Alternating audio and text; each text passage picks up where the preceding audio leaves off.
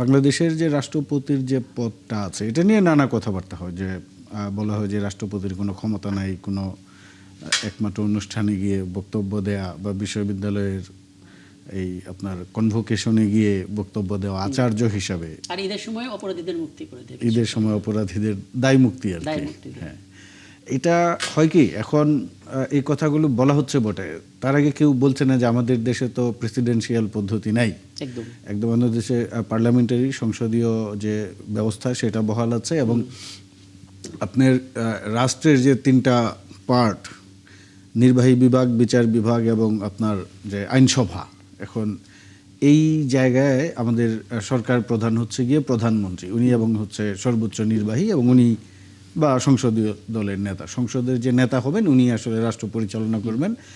সেই জায়গায় হচ্ছে রাষ্ট্রপতি নানা সময় নানা পরামর্শ দিয়ে থাকেন, খুব একটা মানে ওইভাবে বলা হচ্ছে কার্যকর না।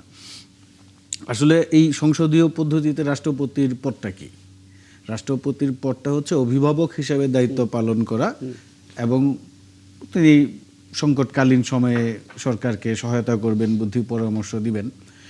আমাদের দেশে এই কথাগুলো বলা হয়, দেখেন যেই দেশগুলোতে সংসদীয় ব্যবস্থা আছে সেই দেশে ব্রিটেন, মানে গণতন্ত্রের সূতিকাগার তো ব্রিটেন, এবং এই যে পার্লামেন্টারি যেটা সিস্টেম এটা তো ব্রিটেন থেকে এসেছে। তো সেই ব্রিটেনের রানীর কি খুব বেশি ক্ষমতা আছে?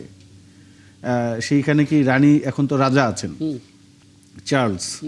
চার্লসের কি ক্ষমতা? আমরা তো দেখি চার্লস হচ্ছে বিভিন্ন দেশে তার সাবেক ঔপনিবেশিক দেশগুলোতে গিয়ে উনি ঘোড়ায় চড়ে বেড়ান, চ্যারিটি করেন।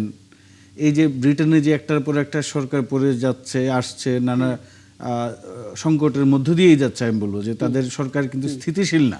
সেই জায়গায় রাজার ভূমিকা কি? সেখানে কি খুব বেশি কথাবার্তা হচ্ছে? খুব বেশি তো কথাবার্তা হচ্ছে না। তাহলে আমাদের দেশে কেন হচ্ছে?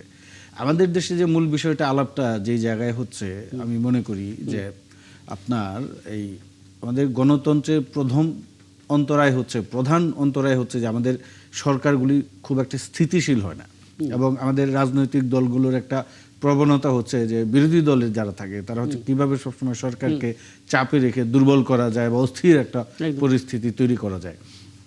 তবে আমি মনে করি বাংলাদেশের রাষ্ট্রপতির যে একদম ক্ষমতা নাই সেটা একবারেই বলা যাবে না, বরং সংকটকালীন সময়ে যখন সংসদ থাকে না, বা ধরেন যখন এক ধরনের ক্রাইসিস মোমেন্ট সামনে এসে উপস্থিত হয়, তখন কিন্তু রাষ্ট্রপতি সর্বোচ্চ ক্ষমতা প্রয়োগ করতে পারেন। সেটার উদাহরণ আমরা 1996 সালে দেখেছি, যখন আব্দুর রহমান বিশ্বাস রাষ্ট্রপতি ছিলেন, তখন জেনারেল নাসিমের নেতৃত্বে একটা অভ্যুত্থান প্রচেষ্টা করা হয়েছিল।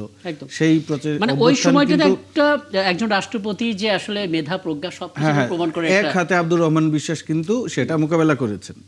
তো রাষ্ট্রপতির তো ক্ষমতা আছে। এখন রাষ্ট্রপতি তো আপনার সংসদীয় পদ্ধতিতে তো উনি ডে টু ডে রাষ্ট্র পরিচালনায় থাকবেন না।